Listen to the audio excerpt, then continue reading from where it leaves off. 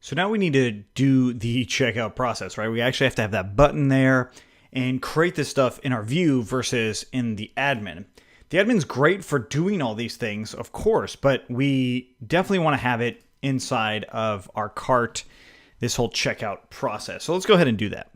I'm going to go into my carts and actually am going to put my view in here as the, checkout view. Granted, it's related to this order model, but I'm not going to actually use the orders for that because that is a little bit different. I don't think it makes sense in that process. I think it makes a lot more sense in the cart process, right? So we've got the cart home, and then we can update the cart, and then finally we can do our checkout. So we'll do define checkout home.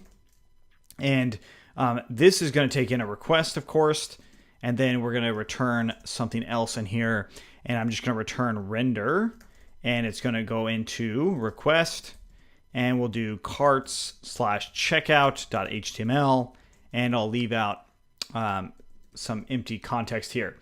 Okay, so first and foremost, I still need to get that same cart object, right? So I'm going to be creating my order based off of this cart object. So I need to get that cart object initially. The next thing is I need to actually get my order. So we'll do from orders.models, import order. And then here we will say order object and new order object equals to order.objects.get or create. So this is a method that's actually built into what we're doing here. And I'm going to just do cart equals to cart object. Okay, so I now have my order. I've got my checkout home and my order. So this should actually create it for me. So I will put in my order object and I'll call it order. And that's the order object. Actually, I probably want to just call it object because eventually I'm going to want to change these function-based views into class-based views. And that's something we will do when we talk more about that in detail. But for now, I've got this. Okay, so I've got my checkout home. I've got a way to get my cart. Of course, it's going off of that request. And then finally, I have my order coming through here. And then in my checkout, I can actually see this. Now, the first and foremost, I want to say that, I want to make sure that my cart actually is not new. So we'll say if not new object, then we'll do this, right? So if it's not a new cart, well, let's say instead of new object, we'll just say new cart. Or rather, cart created, because that's really what it is. It's a Boolean field. So if it's not created, then we'll go ahead and do this stuff, right? And if it is created, then we ignore it. So I want to make sure that I say order obj equals to none. Now, part of this is because if it's brand new cart, like if the cart was created on this view itself, I'm actually wanting to redirect it to the actual cart, right? So I will say, instead of just doing it this way, I'll say if the cart's created, we're going to redirect it. Otherwise, we'll come here. So I'm just going to redirect it back to that cart home. And then our cart home is really going to handle, the display of the cart data. Again, like we don't want to create the cart in this checkout home, and we also don't want to have our order being empty. So that's not something we're going to cover just yet, but I will say that if cart created is there, actually we might as well do it now. Or cart.object.products.count is equal to 0. So if it's 0, then we'll do this. If it was created, then we'll do this too. Right? So I definitely have a cart object in here. Otherwise, this would possibly have some issues, right? So this is the cart object. So this is, if it's created, it's probably going to be 0. But if it's empty and it wasn't created, it's also going to be 0. So that's where we do that. And then that would just redirect us to our home page. Okay, so let's bring in this view to our URL patterns. And I'm going to go ahead and copy the update one and put checkout above that. And this is going to be checkout home. And we'll just call it checkout. Okay, so we're going to save that. With creating this view, of course, we need to actually create our checkout file. So we are going to go ahead and make that checkout.html. And it's going to actually copy a lot of the cart home itself, or well, not copy it, but we're gonna be doing some things here. And I'm gonna just get rid of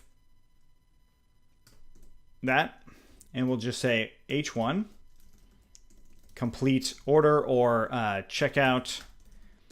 We'll readjust this in just a moment, and we'll just say cart total is, and this is going to be order.cart.total, and then shipping total.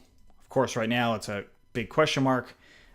Actually, how to calculate it, but if we look at our model, we did have our shipping total here, so we can do that. So we'll do order and then dot shipping total.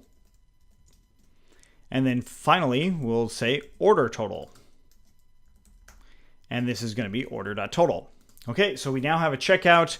We have our URLs. All this stuff is starting to look good. On my cart itself, I will say that if the count or if the cart's not empty, then we'll go ahead and put something, we'll actually put a checkout button in here. So I'm going to add one more row, just like the total row. Identical to that, right below there, we'll do checkout. And actually, I'm going to leave it as one button. So I'll do a href equals to, and that URL, and it's carts checkout.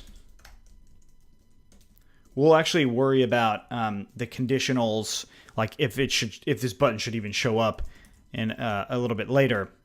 So we've got that checkout, and I'll do class btn, btn block, and btn success. Okay, we save that. We refresh in here, and oops, not. I think it's actually cart. Not carts. Yeah. Okay, so we've got our checkout button here. That block is probably a little too big, so we'll just leave it as btn. Okay, and maybe just btn lg. There we go. So we've got our checkout button. I'll go ahead and click checkout. I actually am not getting any of the things that we wanted, and I know why. It's because if I go to my checkout, I put order here instead of object. So let's change these to object. Save that. Refresh there, and now we have our cart total, or I mean, you could call it something different, of course. Shipping total and then order total. Now, we still have to add in our addresses that we're actually shipping to, and then some billing related things. So there's still a few more things that we need to do, but I did want to check this out or test it out by logging out. So, oh yeah, we don't actually have the logout method fixed there. So I'm actually going to do that in the next one. We'll just make sure it's working. So I'm going to log out of the admin to make sure I'm logged out. My cart empties. I go to my cart. It's empty. I go to products. Let's go ahead and add to cart. I now have my cart. I click checkout, and I'm getting this error here for the decimal and float numbers. So yeah, that is a little bit of an issue on how we're actually adding things here, and it's on the update total line 32. So let's go in there, and it's going to be in orders. This update total, it's probably one of these numbers here, and it's saying you can't add decimal and float. So it's possible that one of these is a decimal and one of these is a float. So that's actually something we will do first in the next one, just to solve that issue, to make sure this is sort of uniform. So if you have any questions, let us know. Otherwise, let's keep going.